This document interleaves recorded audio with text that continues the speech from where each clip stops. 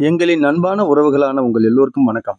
ஆடுகின்ற ஆட்டமும் ஓடுகின்ற ஓட்டமும் ஒரு நாள் ஓயும்போது கூடுகின்ற கூட்டம்தான் முடிவு செய்யும் நீ யார் என்பதை. இப்படி சொன்னது உலகியல் நிலையாமையை நன்கு உணர்ந்த நம்முடைய பட்டினத்தார் அவர்கள். இந்த வரிகளுக்கு ஏற்றாற்போல கடந்த வாரம் ஞாயிற்றுக்கிழமை சிவகங்கை மாவட்டத்தில் உள்ள பிரான்மலை பயணம் எனக்கு அமைந்தது. இந்த பிரான்மலை தமிழ்நாட்டில் உள்ள எல்லோருக்கும் தெரியாமல் இருக்க வாய்ப்புகள் கிடையாது. அந்த காலத்துல தமிழ்நாட்டில் மூவேந்தர்கள் ஆட்சி புரிஞ்ச நேரத்துல தமிழ்நாட்டில் இந்த பரம்பு மலையில் சிறப்பாக ஆட்சி புரிந்த கடையேழு வள்ளல்களில் ஒருவரான முல்லைக்கு தேர் கொடுத்த பாரி அவர்கள் வாழ்ந்த இடம்தான் இந்த பிரான்மலை. காலப்போக்குல பரம்பு மலை என்ற பெயர் மருவி தற்போது பிரான்மலை என்று எல்லோராலும் சொல்லப்படுகிறது. பாரி அவர்கள் வாழ்ந்த பிரான்மலையில் உள்ள சிவன் கோயில்ல இயற்கையை சார்ந்து வாழும் பல உயிர்கள் பயன்பெறும் வகையில 10 பலாமர கன்றுகளை நடவு செய்ய சொல்லி சுவிட்சர்லாந்தில் இருக்கிற ஒரு அண்ணங்கிட்ட இருந்து 3 மாசத்துக்கு முன்னாடி எனக்கு ஒரு அழைப்பு வந்தது. இந்த விஷயத்தை இயற்கையை உண்மையாக நேசிக்கக்கூடிய என்னுடைய தம்பிகள் அண்ணன் கிட்ட சொல்லி வச்சிருந்தேன். கடந்த வாரம் 1/11/2025 சனிக்கிழமை இரவு தமிழ்நாட்டுல ஆளுக்கு ஒரு மூலையிலிருந்து சிவகங்கை மாவட்டத்தில் உள்ள பிரான்மலைக்கு பயணம் போனோம்.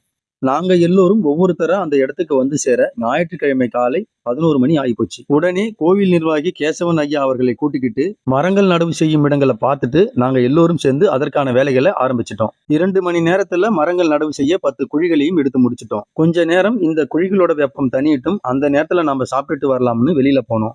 நாங்க போன கொஞ்சம் தூரத்துல எங்க நேரம்னு நினைக்கிறேன் வள்ளலார் அவர்கள் தர்மசாலையில அன்னதானம் போட்டாங்க. அதையே நாங்க சந்தோஷமாக சாப்பிட்டோம்.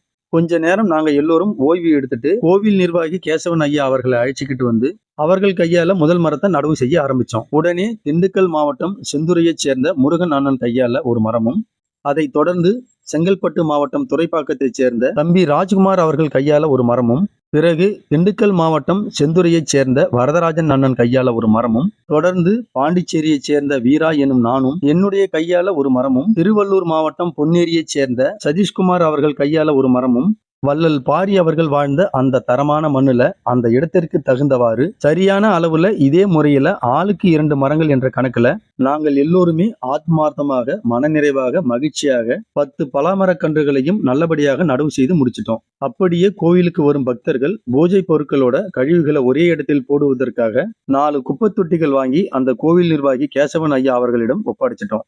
இந்த நல்ல செயல்கள் அனைத்திற்கும் முழு காரணமாக இருக்கிறவர் சுவிட்சர்லாந்துல இருக்கிற அந்த அண்ணன். இந்த கோயில்ல செய்த 2 நல்ல செயல்களும் எனக்கு ஒன்றும் பெரிய விஷயமா தெரியல. ஆனால் நாங்கள் எல்லோரும் எங்கேயோ பிறந்து எப்படியோ வளர்ந்து இந்த இடத்தில் நாங்கள் எல்லோரும் ஒன்றாக இணைந்து நல்ல சிந்தனையில் நல்ல செயல்களை செய்யும் மனிதனுக்கு எங்களால முடிஞ்ச சின்ன பங்களிப்பை முழு மனதாக கொடுத்தோம் என்பதுதான் ஆச்சரியமான விஷயம். மீண்டும் அடுத்த பயணத்துல வேற ஒரு மாவட்டத்துல சந்திக்கலாம். தேங்க்யூ.